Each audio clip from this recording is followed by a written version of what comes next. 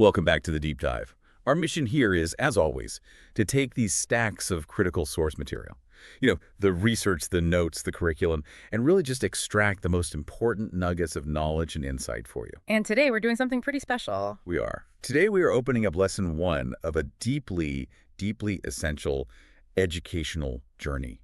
It's a course dedicated entirely to healing the inner child. And we should say right up front, this is not just theoretical stuff. Not at all. It dives straight into one of the most complex and, I think, increasingly recognized areas of mental health, which is complex post-traumatic stress disorder, CPTSD. It's heavy subject matter, for sure. It is, certainly.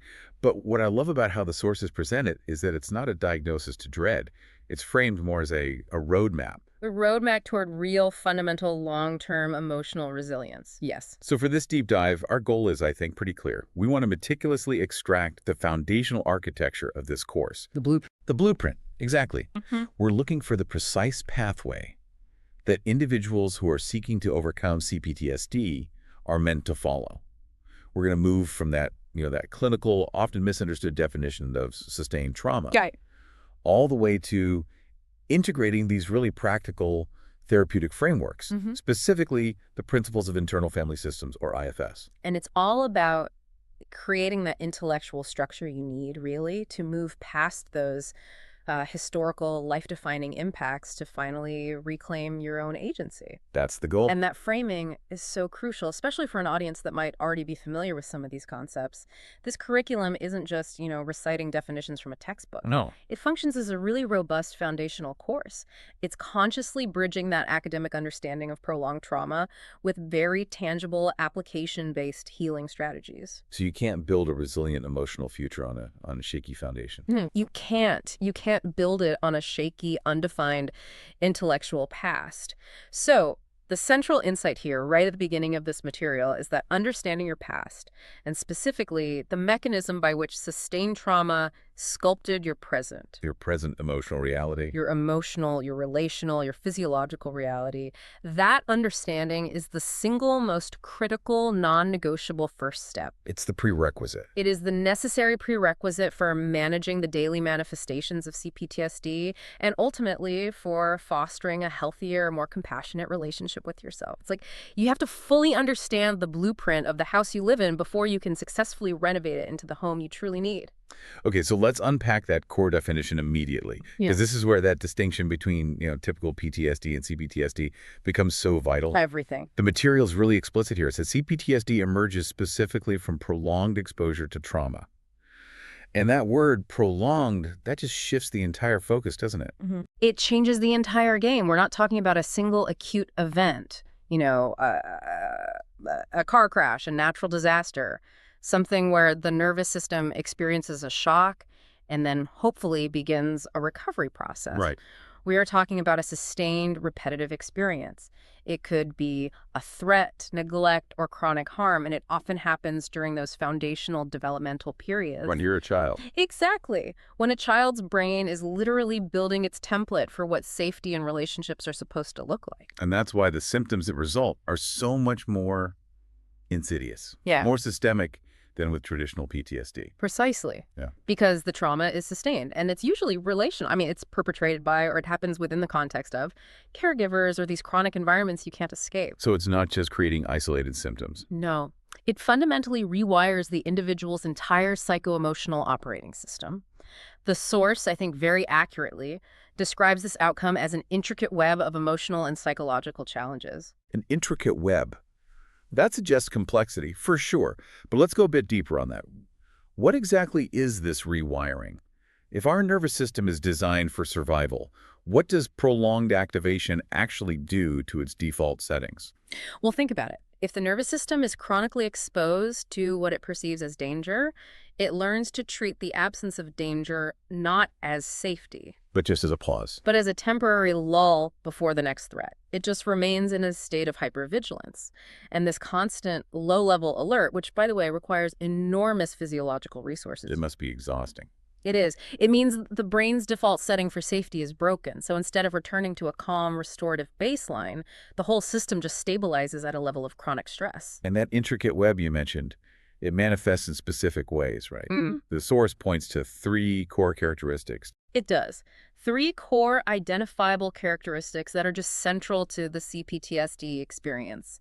And the crucial insight here for anyone listening is recognizing that these aren't flaws in your character.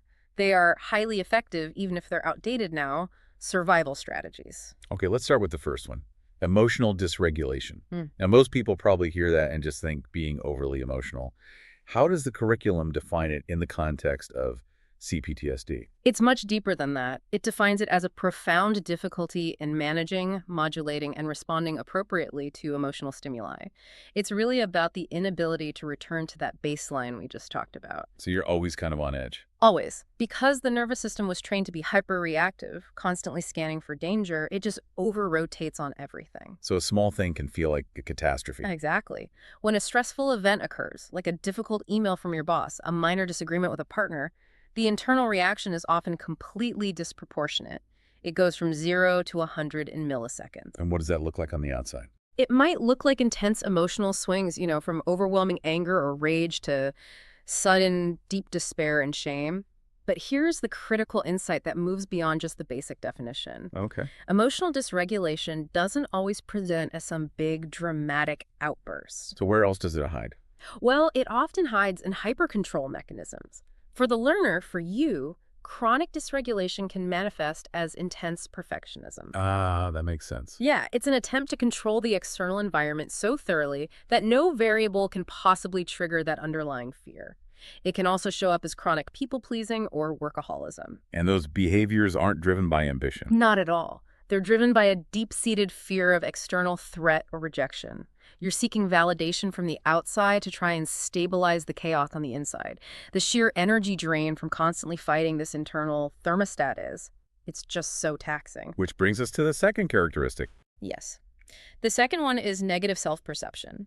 And this is arguably the hallmark of CPTSD. It's what separates it most clearly from standard PTSD, where the focus usually stays external on the traumatic event itself. Because with sustained trauma, it's often happening in relational contexts.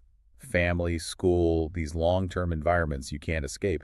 So the victim, they internalize the danger. That's it exactly. You're saying the internal narrative shifts from something bad happened to me to something bad is wrong with me. Precisely. The traumatic events become internalized as your identity, not just as events that happened in your past. And this results in these deep-seated harmful beliefs about yourself. Beliefs that manifest as what? As toxic shame, overwhelming guilt, feelings of fundamental worthlessness, or just this pervasive feeling of being profoundly different or permanently flawed compared to everyone else. And you're saying it's not just low self-esteem? No, it's much deeper. It's a core belief that if you were truly lovable or safe or good, the trauma wouldn't have happened in the first place. The shame isn't a reaction to a mistake you made. It is the core operating system, convincing the person they have to be vigilant against their own inherent brokenness. That distinction is so incredibly important for anyone listening, because if you believe your problem is a character flaw, I'm lazy, I'm too angry, I'm just bad at relationships. The solution seems impossible. It seems insurmountable, right? But if you understand it as a trained adaptation that resulted from sustained trauma, the problem becomes manageable. Still difficult, but manageable. Exactly. And that leads directly to the third characteristic, which is difficulty in relationships. It's a natural consequence. If your foundational template for safe connection was broken early on, your ability to trust other people is going to be severely compromised. So relationships themselves become danger zones. They become fraught with danger signals. Individuals with CPTSD very frequently struggle to maintain healthy interpersonal connections. And we tend to see 2 typical relational extremes, which are both, at their core, protective strategies. What are they? One is avoidance and isolation. This is where the boundaries become way too rigid, impenetrable. And the other is the opposite. Entanglement and codependence, where the boundaries become too porous, as the person frantically seeks external safety or validation that they can't provide for themselves. So I want to challenge this premise just a little bit. If someone is dealing with daily anxiety or chronic procrastination, relationship troubles, they often look for symptomatic fixes, a new productivity app, a dating coach, whatever. Right.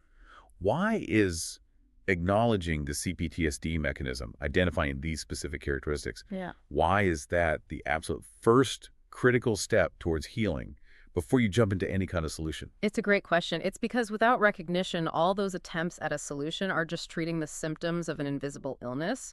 You're essentially applying a bandage to a broken bone. So if you don't connect the anxiety back to hypervigilance. You'll never solve the anxiety. You'll just shift the focus of your vigilance, maybe from your relationships to your work performance, for example. I see.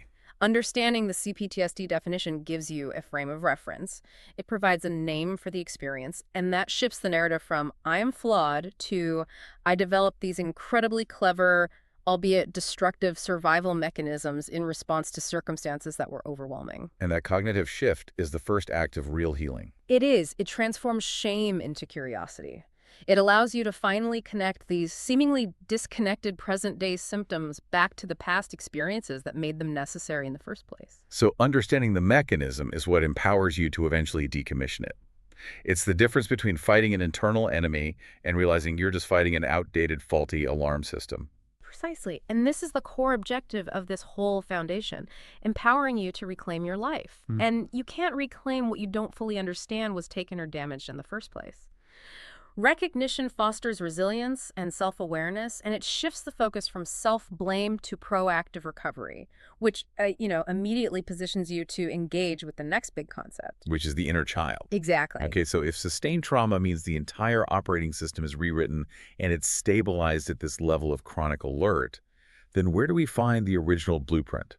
The authentic self. And that's where the concept of the inner child acts as this critical bridge, moving us from just defining the problem to actually applying a solution. Yes. The inner child concept, as the source uses it, is really profound. Yeah. It's not some vague, sentimental idea. It represents the vulnerable, the authentic, and importantly, the developmentally stunted aspects of ourselves. The parts that actually experienced the trauma. Right, the parts that carried the pain, and were forced to either grow up too fast or were just suppressed and exiled by the brain's protective mechanisms. And it is more than a metaphor, especially in the context of CPTSD. It really is the repository of those unmet needs and all that undigested emotional pain. So when a child experiences sustained trauma, They can't safely express emotions like fear or grief or anger, and they certainly can't safely have needs. But those emotional realities, they don't just disappear, they become frozen, or what we sometimes call exiled, within the system. so the inner child then is that essential self that was forced into survival mode before it could ever fully develop in the safe way. That's it. This is the part of you that still reacts with the intensity of a 4-year-old or maybe a 12-year-old when it gets triggered, because its emotional development was literally arrested at the point of the trauma. So why is actively nurturing this inner aspect so significant in the healing journey? Why can't we just focus on, adult cognitive behavioral techniques to manage our present-day reactions? Because trauma is stored emotionally and physiologically, it's not just a cognitive thing. We can use our adult logic all day long, but when a deep-seated trigger gets hit, that exiled child part takes over, and it floods the system with the original terror or shame or despair. The old brain goes offline. It does. So healing from sustained trauma isn't just about intellectually processing memories. It's about going back and providing the compassion, the validation, and the safety that child self never received. So the focus of this foundational work is on recognizing that adult logic is basically irrelevant to the child part that's terrified in that moment. Totally irrelevant. The healing adult has to step in to become the wise, compassionate caregiver for that part. And this involves actively recognizing and validating those vulnerable inner aspects, acknowledging the deep pain of the past without letting that pain control the present. So the course notes that the goal is to facilitate a deeper understanding of one's inner child, to guide people to navigate their trauma effectively. What does that practical reparenting, what does that look like in this first foundational stage? In this initial stage, practical application really means the conscious, intentional shift of your internal monologue. For someone with CPTSD, the instinctive internal voice when they make a mistake is often hypercritical, harsh, punitive. It's the internalized voice of the past trauma. Or it's an inner critic part that believes that being harsh is the only way to keep them safe. The inner child work begins by training you to identify that punitive voice and then deliberately replace it with a compassionate, nurturing response. So instead of telling yourself to suck it up, Right. If your adult self is experiencing anxiety, you don't tell yourself to suck it up or just be more productive. Instead, you approach that feeling with curiosity. You ask, what is this young part of me feeling right now, and what does it need from me to feel safe? so when we say nurturing that vulnerable inner self, We mean actively engaging in self-talk and self-care that affirms the value and the worthiness and the inherent goodness of that young wounded part of you. Yes, it's a literal process of reparenting yourself, creating the consistent environment of emotional safety that the child never had. I wonder if we could look at that from the other direction. What's the single most common mistake people make when they first try to engage in inner child work? Is it that it gets too sentimental? That's a great question. It's often mistaking sympathy for compassion or confusing the work with simply indulging yourself. What's the difference? Sympathy often involves falling into the child's pain. You re-traumatize yourself with the memory, you kind of wallow in the sorrow. True compassion, in this therapeutic context, involves witnessing the pain of the child part without becoming consumed by it and responding as a capable, safe adult. So the goal isn't to get rid of the pain. No, the goal is not to eliminate the pain. It's to hold space for the pain using the resources of your adult self. Mhm. And the ultimate expected outcome of this focus, as the source details, is fostering a genuinely compassionate relationship with your inner self. When you achieve that compassionate dialogue, it allows for true self-acceptance. Because you're no longer viewing your trauma responses as failures. Exactly. You see them through the lens of protection. That reframes so much of the internal struggle.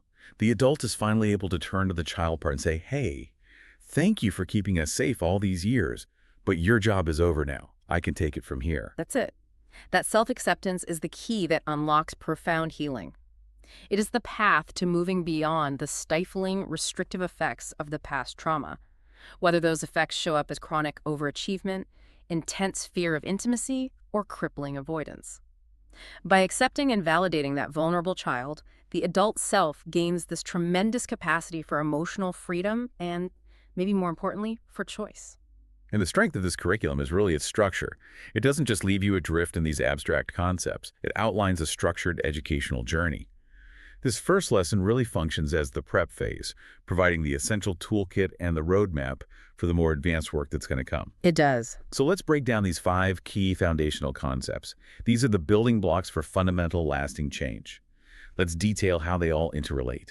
Okay, so systematically, the first 2 concepts are the anchors we've just been discussing. Revisiting the CPTSD definition and characteristics, and articulating the inner child's role in emotional healing. And their repetition here is intentional. Very intentional. True assimilation of trauma concepts, especially the recognition that your symptoms are adaptations, it requires time and cognitive reinforcement. So these first 2 steps set the intellectual and philosophical stage. And the third concept moves us into more immediate, practical self-observation. It does. Strategies for recognizing and addressing trauma responses. As you mentioned earlier, these are the powerful automatic reactions that kept the child alive, but now sabotage the adult. Understanding these automatic defenses is the learner's first point of intervention. Okay, we need to spend some real time here on those specific responses, Yeah. the 4 Fs, because they are so central to the daily experience of CPTSD, and they're often completely invisible until you know exactly what you're looking for. Absolutely. We have to recognize these 4 common survival responses: fight, flight, freeze, and fawn. Each one represents an ancient biological survival mechanism that got co-opted and adapted to navigate the relational landscape of childhood trauma. So let's start with fight. Okay, fight. This is probably the most visible response. In a traumatic environment, the child might have learned that aggression or control or dominance was the only way to establish any kind of safety or boundary. In adulthood. In adulthood, the fight response doesn't necessarily manifest as physical violence. It can be hypercriticism, demanding control in all situations, explosive anger, or aggressive micromanagement at work. It's the inner protector part that believes, if I dominate, I cannot be hurt. And the person often mistakes this aggression or drive for necessary strength without realizing it's totally fear-driven. Exactly. Then there's flight. This is all about avoidance and escape. The child learned that the only way to survive was to physically or mentally distance themselves from the danger. And as an adult, flight can look like. It often manifests as workaholism, constant busyness, intense anxiety that demands you move or change careers, or an addiction to seeking immediate change. It's that impulse to just run away from discomfort, from intimacy, from your own inner world. The goal is just speed and distance. That's all. It prevents true engagement and emotional investment because the underlying system believes that any real involvement will lead to inevitable pain. The third response, freeze, is often more subtle. and maybe the most confusing for the person who's experiencing it. It really is. Freeze is dissociation or numbing. When neither fight nor flight is possible or seems effective, the system just shuts down. It's a way to conserve energy and minimize the emotional pain of the inevitable trauma. It's a very intelligent, protective shutdown. And in adulthood, what does freeze manifest as? It can look like high-functioning procrastination, feeling emotionally stuck or paralyzed, chronic fatigue, or that persistent dissociation where you feel disconnected from your own body or your life. And someone trapped in freeze can look lazy on the outside. They can look lazy or unmotivated, but internally, they are running this massive defense program that is completely exhausting them. They are literally paralyzed by the memory of being overwhelmed. And the final one, fawn, which is the relational strategy. Mm. This is particularly relevant in CPTSD, where the abuser is often a primary attachment figure. Yes. Fawn is basically people-pleasing. It's the survival strategy of making yourself necessary or lovable or invisible to the abuser to try and mitigate the threat. The child learns that if they anticipate the needs of the caregiver and sacrifice their own, they might achieve a temporary truce or some safety. So in adulthood, fawn is chronic overcommitment. It's chronic overcommitment, the inability to set boundaries, constantly adapting your personality to fit whoever you're with, or this intense fear of rejection. So for anyone listening, recognizing the 4 Fs means identifying when you're not acting from adult choice, but you're reacting from childhood survival. And that observation is the crucial step that leads us to the fourth concept. How do you manage this internal chaos? And that is where the principles of internal family systems come in. Okay, this is the therapeutic framework the course introduces. And since our audience is pretty well informed, let's dive a little deeper into why IFS is so uniquely suited for CPTSD and inner child work. The material refers to the principles of internal family systems therapy. IFS, which was developed by Richard Schwartz, provides the perfect language and structure for that intricate web of CPTSD. It operates on this really revolutionary premise that the mind is naturally multiple, that we all possess various subpersonalities or parts. And in CPTSD, these parts are highly polarized and often in conflict. They're in conflict because of the traumatic history, but the core insight of IFS is that every single part, no matter how destructive or critical it seems, like the inner critic, the part that holds all the shame, the people pleaser, every part has a positive, protective intent. They are all just doing their best to help the system survive. So the goal is never to get rid of a part. Never. The goal is to understand its protective role and unburden it from the extreme job it was forced to take on in childhood. So instead of fighting the shame, you would ask the shame-bearing part, what are you trying to protect me from? Precisely.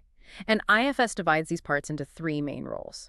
First, you have the exiles. These are the young, wounded parts, the inner child, who hold the pain, the terror, the shame of the original trauma.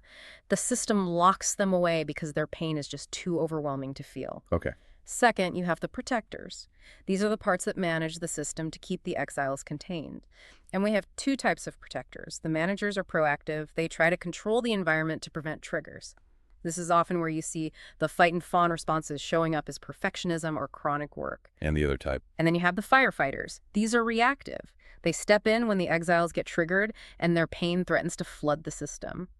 Firefighters engage in instant distraction or emotional anesthesia. Which can look like addiction, rage. Addiction, rage, dissociation, that's the freeze response, or binging behaviors. So that immediately connects the trauma responses, the 4 Fs we just discussed, directly to this IFS framework. The 4 Fs are just the behavioral output of the protector parts trying to manage the system. Exactly. And the compass that navigates this whole system is the self with a capital S.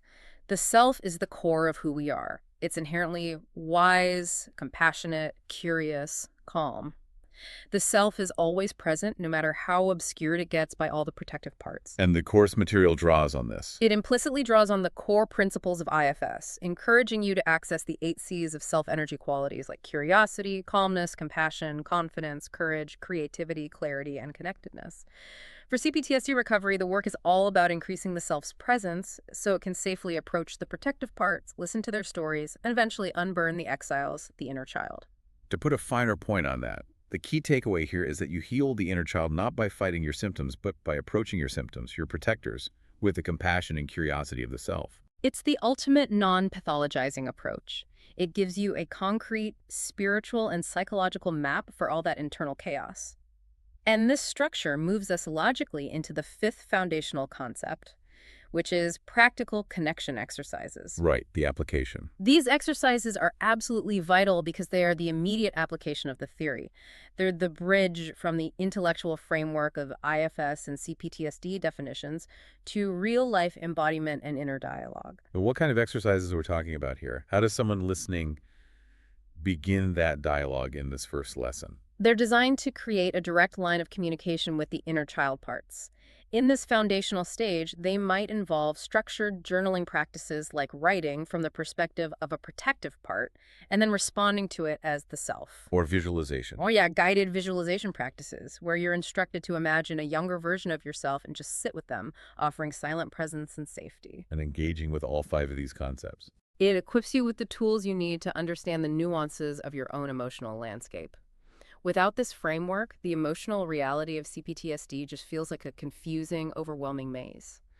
With the structure, you have direction, you have a compassionate model, and you have the potential for truly transformative insights, which is critical before you can move to more advanced regulation techniques. Okay, so we've established the map and the tools, but now we have to address the way someone should approach this journey. Healing CPTSD is so fundamentally different from just learning a new skill. The source material really emphasizes a specific mindset, approaching this material with an open mind and an open heart. And that emphasis on mindset isn't just filler text, it's a therapeutic instruction. It is. When you're dealing with deep, old trauma, the tendency is often to try and control the healing process or rush through the emotions or just intellectualize the pain. But the source highlights a really crucial insight. The journey of healing is deeply personal and often very nonlinear. That nonlinear reality is maybe the hardest lesson for a high-functioning adult to accept. We're all trained to seek efficient progress, measurable results, a steady ascent. Right. Trauma work just doesn't operate like that. It involves grieving, releasing stuck energy, restructuring neural pathways that have been stable for decades. There will be days of profound breakthrough, followed by periods of intense emotional regression, where an old protective part, fearing the change, just throws a metaphorical wrench in the works. And that's why the material is so wise to emphasize that there is no right or wrong way to experience this process. Exactly. Trying to force a fast pace or comparing your progress to some hypothetical ideal, that only reinforces the traumatic pattern of self-criticism and seeking external validation. This whole course is about cultivating internal validation. This sounds like the importance of dose control. You can't consume your entire history of pain in one sitting without risking re-traumatization. Absolutely. The importance of giving yourself permission to explore your inner world at your own pace, a concept known as titration in trauma therapy, is a core part of the healing instruction. It means engaging just enough to feel the material, but then stepping back before your nervous system floods. Embracing those learning opportunities, even when they involve setbacks or emotional discomfort, is the practice. And the course provides this essential emotional assurance. It says, you are not alone. Many have traversed similar paths, and there is hope for healing and growth. That assurance is the crucial safety net, isn't it? It is. The journey into your own interior landscape can feel incredibly isolating and terrifying. And the knowledge that this process is both universal and successful for others is vital for maintaining courage. It's the container for the work. And that structured support continues through the required self-assessment activities. And these aren't just, quizzes for a grade. They're mechanisms for deep engagement, designed to reinforce understanding and cultivate a deeper connection between the intellectual knowledge and your emotional reality. Let's detail these 3 specific methods, because they represent the different layers of integration that you're expected to achieve. Yeah, we can view them as a loop. It starts with cognitive assimilation and then moves toward emotional embodiment. Okay. So first are the knowledge checks. These are short quizzes at the end of each section. Functionally, they test your comprehension of the CPTSD definition, the IFS principles, the trauma response strategies. But they have an emotional purpose, too. They do, subtly. By providing these small, regular doses of achievement, they signal to you that you are capable of understanding and engaging with this material. It counteracts that negative self-perception characteristic of worthlessness or inadequacy. And next, we move into the bridge between the intellectual and the personal with the reflection prompts. Right. These are thought-provoking questions specifically intended to encourage personal insight into the material. So they force you to apply the abstract concepts of trauma history directly to your own lived experience. Exactly. A knowledge check asks, what are the characteristics of emotional dysregulation? A reflection prompt asks, in the past week, identify 3 moments where you shifted from adult choice to a survival response. Which of the 4 Fs were you activating? And what did you believe you were protecting yourself from in that moment? So they cultivate self-awareness. They cultivate self-awareness by encouraging curiosity about your internal reactions, and that replaces the knee-jerk reaction of judgment. This process of identifying when and how those protective parts the managers and firefighters from the IFS model activate is essential groundwork for later, deeper therapeutic work. It's the practice of accessing self-energy curiosity in the face of chaos. And finally, the most actionable and continuous element, Hmm. the practices for connection. Yes. These are concrete exercises designed to foster a direct dialogue with the inner child. And this moves the learning from being purely intellectual and reflective. Into a behavioral and emotional one. While Lesson 1 introduces foundational exercises like guided visualizations or simple journaling, the key message here is consistency. These are the daily habits of reparenting. When you consistently check in with and nurture your inner self through these practices, you are slowly establishing a new, reliable internal attachment figure, which is the adult self. And that active participation is the essence of the reinforcement loop. It is. It ensures that the knowledge you gain here is not just theoretical understanding. It lays a foundational track record of successful self-compassion, paving the way for the subsequent, more advanced chapters where you'll explore increasingly complex, practical strategies for healing and profound emotional regulation. Without this consistent, safe practice, the deepest work is simply inaccessible. So this foundational lesson is just immensely powerful, not because it solves everything immediately, but because it provides the robust, ethical, and structured framework you need for a lifetime of healing. That's a great way to put it. By mastering this foundational lesson, you're going to achieve 3 core outcomes. First, you'll be able to identify and describe the mechanisms and characteristics of CPTSD. You'll move from feeling vaguely flawed or broken to understanding specific, identifiable, adaptive patterns like emotional dysregulation, negative self-perception, and relational challenges. Which is huge. It's huge. Yeah. Second, you'll be able to articulate the significance of the inner child in the healing journey, recognizing that vulnerability is the necessary bridge to wholeness, and that true healing requires the intentional reparenting of that wounded, exiled self. And third, you'll be able to apply foundational practices. You'll engage with structured knowledge checks, reflection prompts, and connection exercises to begin actively nurturing your inner system using the lens of internal family systems principles. A whole new way of being with yourself. A whole new way. So what does this all mean for your life moving forward?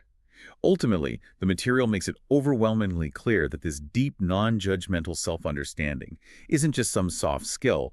It is a critical first step toward managing CPTSD and, crucially, fostering a healthier, safe, and compassionate relationship with yourself. It is the solid bedrock upon which all future growth is built. And if we connect this to the bigger picture, the urgency of this work is, well, it's profound. The academic research that's cited implicitly in the source material, particularly those landmark studies focusing on adverse childhood experiences, or ACEs, Right. they confirm that childhood dysfunction and sustained trauma don't just create emotional symptoms, they fundamentally alter your entire physical health and life trajectory through chronic stress activation. So the knowledge you gain here isn't just theoretical self-help. Not at all. It is a foundation for reclaiming yourself at a physiological and psychological level, for changing that trajectory away from chronic stress and illness.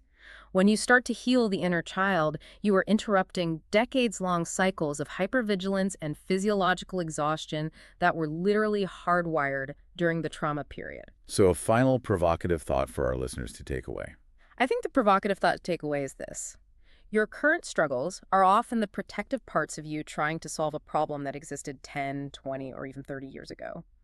The most important, courageous, and transformative act you can perform now is not to solve the problem, but to gently decommission that outdated alarm system. To recognize that complex trauma created a protective network that's now interfering with your adult life. And that the first step to freedom is simply approaching that network and the child within it with genuine curiosity and compassion. That is the true power of this foundation.